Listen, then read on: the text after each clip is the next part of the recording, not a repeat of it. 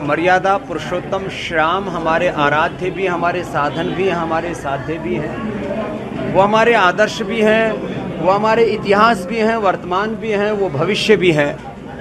और राम भारत के सांस्कृतिक गौरव भी हैं।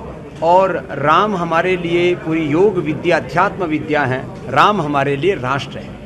राम नवमी संपूर्ण राष्ट्रवासियों के लिए सौभाग्य लेकर के आई है। और मैं आश्वस्त हूँ कि युद्धों और झंझावातों के बीच में बढ़ते हुए इस राष्ट्र और विश्व को राम से ही विश्राम मिलेगा।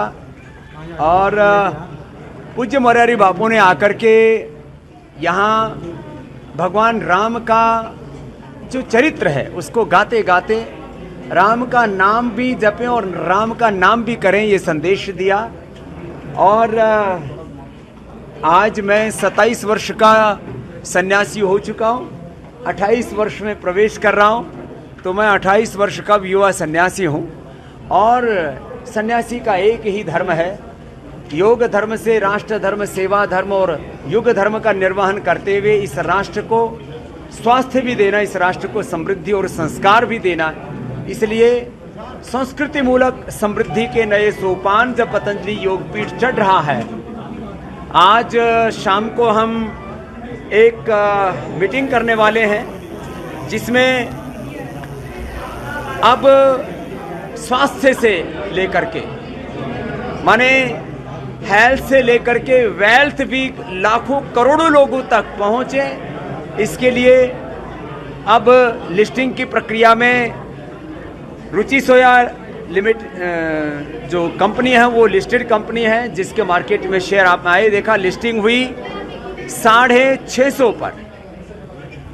लिस्टिंग माने जिसको प्राइस बैंड अनाउंसमेंट हुआ 650 रुपये और लिस्टिंग के दिन 939 का एक उड़ान। और लोगों का विश्वास ये बताता है कि भी यात्रा बहुत लंबी होगी।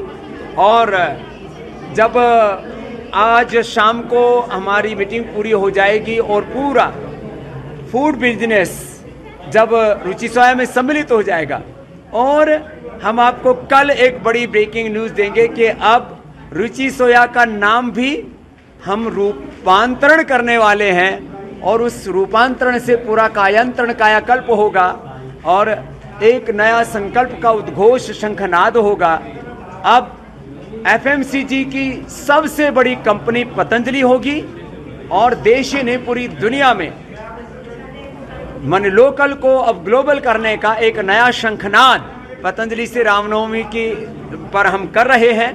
और भारत को परम वैभवशाली बनाने से लेकर के भारत को विश्व की सबसे बड़ी आर्थिक और आध्यात्मिक महाशक्ति बनाने तक के काम में पतंजलि अपना योगदान देगा।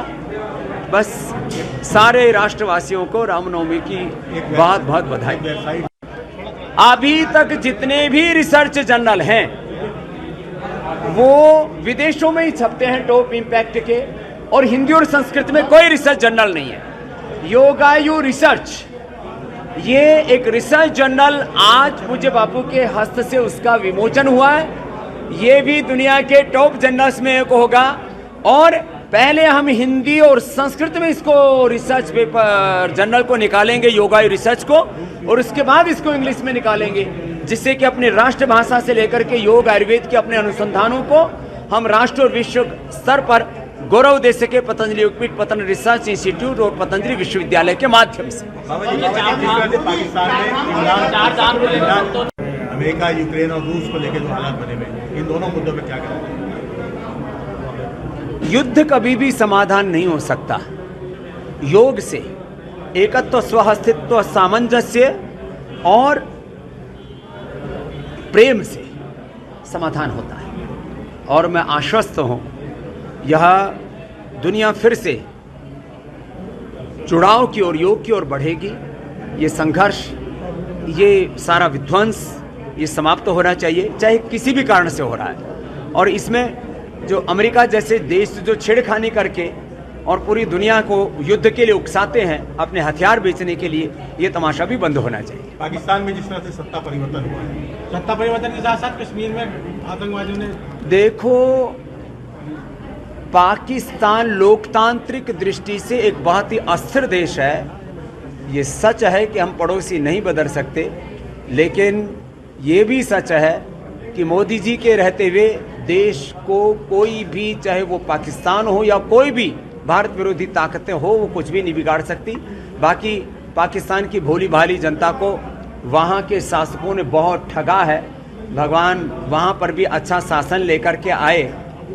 मैं तो दो ही शब्द बोलूँगा, अच्छा शासन देना राजसत्ता का धर्म है और अच्छा अनुशासन देना ये अध्यात्म सत्ता का धर्म है। और जब ये दोनों सत्ताएं ठीक ठीक से चलती हैं तब राष्ट्र सही दिशा में बढ़ता है। बहुत बहुत धन्यवाद।